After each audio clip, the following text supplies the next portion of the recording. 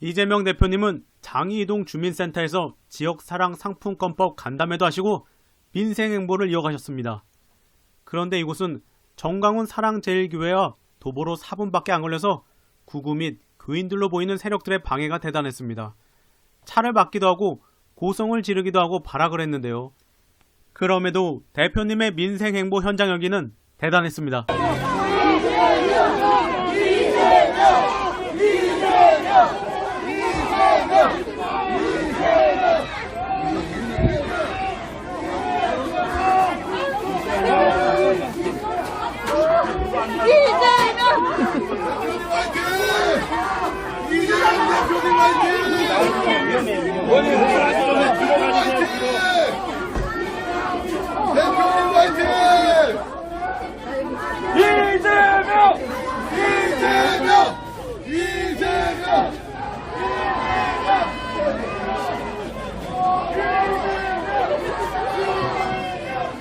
대표님 이제 가시네요.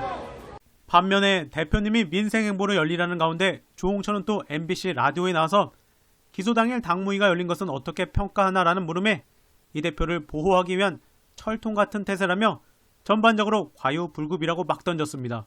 또한 조홍천은 당원의 내용을 적용하는데도 하자가 있다며 절차적 정당성에 문제가 있다고 지적했습니다. 거기다 언론들은 일부 권리당원들이 이재명 대표의 직무를 정지해달라는 가처분 신청 소식을 보도하기도 했습니다. 하나 되어야 할 때 이들의 행보는 참 힘이 빠지는데요. 권리당원이 120만 명이 넘는데 저 정도 숫자는 극소수고 저리 싫으면 국힘당으로 가야 할 것입니다. 지금 엄마들 난리 났습니다. 방 사는 밥상 이거 먹힙니다. 이어서 화제인 민주당 현수막 내용도 전해드리겠습니다. 이재정 의원 지역구부터 시작해 대통령은 오므라이스, 국민은 방 사는 밥상 현수막이 쫙 퍼지고 있습니다. 관련해서 한국사회연구소 소장님은 출근하면서 본 현수막 직관적이네요. 민주당 감 잡았다. 이재정 의원님 역시 감각의 여왕이십니다. 오늘도 나를 응원하는 하루 보내셔요. 우산 챙기시고요. 김용민 PD 역시 지금 엄마는 난리 났습니다. 방 사는 밥상 이거 먹힙니다. 추가로 민주당에서는 홍보물로 독도까지 바칠 텐가, 일하다 죽어라, 69시간 완전 폐기 등으로 홍보물부터 시작해 승기를 잡고 있습니다. 민주당 감 잡았습니다. 윤씨 때문에 추락하는 국격, 미국 NBC 방송도 조명. 이번엔 주 69시간 관련 미국 NBC 보도입니다. 연합, 주최장 69시간 근로를 골자로 한 노동법 개정안과 관련한 논란을 조명하는 외신 보도가 잇따르고 있다. 미국 NBC 방송은 한국에서 주당 근로시간 상한을 52시간에서 69시간으로 늘리는 방안이 젊은 노동자들의 극심한 반발을 불렀다고 보도했다. MBC는 이 과정에서 일과 삶의 균형, 워라밸과 관련된 세대 간 논쟁도 촉발됐다면서 이러한 현상은 신종 코로나 감염증 팬데믹 이후 전 세계적으로 나타나는 흐름의 일부라고 진단했다. NBC는 코로나가 유행하는 동안 더 짧은 근무 시간이나 재택근무에 익숙해진 많은 노동자가 임금을 벌기 위한 노동에 지배되는 과거의 삶으로 돌아갈 의향이 있는지 제고하고 있다고 풀이했다. 그러나 악명 높은 장시간 노동의 일중독 문화가 있는 한국의 경우 과도한 노동과 관련한 우려가 특히나 심각한 편이라고 지적했다. 초과 근무가 일상화해 있고 일을 끝내도 상사보다 먼저 퇴근하기 힘든 데다 퇴근 후엔 회식까지 참석해야 과로에 시달리는 경우가 많으며 최근 직장인을 위한 낮장 카페가 한국에서 성행하는 것도 이와 무관치 않다고 MBC는 짚었다. 이 매체는 한국의 자살률이 10만 명당 26명으로 선진국 중 가장 높고 합계 출산율이 작년 기준 0.78명으로 세계 최저인 것을 언급하면서 일중독이 공중보건 측면에서도 우려를 자아내고 있다고 지적했다. 결국 한국 정부는 21일 주 52시간 근로제를 유연화하되 60시간 이내로 상한선을 둬야 한다는 수준으로 물러서는 모습을 보였다고 MBC는 덧붙였습니다. 미국 CNN 방송도 지난 20일 한국의 노동시간 조정 문제를 다루며 한국 노동자들은 이미 세계에서 가장 긴 노동에 시달리고 있으며 과로사로 매년 수십 명이 목숨을 잃는 것으로 알려졌다면서 한국의 젊은이들이 근로시간 상한 확대에 반대하는 이유를 소개했다고 합니다. 이렇게 외신도 아는 것을 국힘과 대통령만 모른 척하고 있습니다.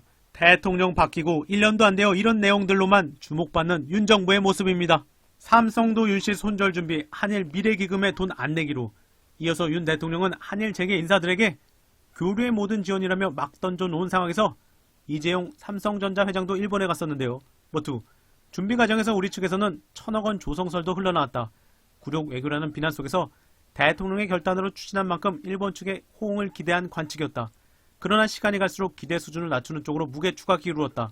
결국 대규모 금액은커녕 출연기업 명단도 만들지 못했다. 재계에 따르면 삼성은 파트너십 기금에 돈을 내지 않기로 잠정 결정했다. 돈을 내는 순간 자칫 여론 재편의 표적이 되는 건 물론 정권이 바뀔 경우 무슨 꼴을 당할지 몰라서다. 재계 관례상 삼성이 나서지 않으면 다른 주요 그룹들도 나서기 어렵다. 다음 정권에서 윤씨 매국 행위를 수사한다면 여기 기금 낸 기업도 매국에 동조한 것으로 간주되어 위험할 수 있으니 피하는 게 상책인가 봅니다. 거기다 삼성 주기자고 수출 규제한 게 일본인데 당연히 안 내겠죠. 윤은 일본 여야 관계를 불허할 시간에 본인의 행태부터 돌아보기 바랍니다. 이어서 민주 대변인, 대통령실이 윤석열 대통령이 일본 여야의 초당적 협력이 부럽다고 말했다고 밝혔습니다. 기가 막힐 노릇입니다. 본인의 행태는 돌아보지 못한 채 남탓만 하는 대통령의 모습이 참으로 한심합니다. 취임 이후 야당 대표의 회동 제안마저 거부하고 검찰의 야당 탄압과 정적 제거 수사를 하명한 장본인이 바로 윤석열 대통령입니다. 그동안 단 한 번이라도 야당의 조언과 충고에 귀 기울인 적이 있습니까? 단 한 번이라도 여야의 협력을 위해 타협하고 양보한 적이 있습니까? 서민 경제를 살리자는 야당의 제안에 부자 감세로 돼갖고 노동자의 안전과 삶을 지켜달라는 야당의 호소에 응답하는 대신 노조 탄압과 친기업 정책으로 답했습니다. 더욱이 일본의 국민 주권과 국익을 팔아넘겨놓고 용인해달라는 것입니까? 대통령의 굴종 외교를 눈감아달라는 것이 초당적 협력이라는 것입니까? 윤 대통령은 일본의 적반하장에는 변변히 항변도 못해놓고 왜 야당의 적반하장으로 책임을 떠미는 것입니까? 야당의 협력을 바란다면 야당의 목소리에 귀 기울이고 대화해야만 합니다. 국민께서 납득할 수 있는 외교 성과를 만들어 왔어야 야당의 동의를 구하는 일도 가능한 것입니다. 윤석열은 남 탓하고 핑계댈 시간에 본인의 잘못을 뒤돌아보길 바랍니다. 윤석열이 아무리 억지 부려도 굴종 외교에 분노하는 국민의 마음은 바뀌지 않습니다. 이번 영상은 여기까지입니다. 감사합니다.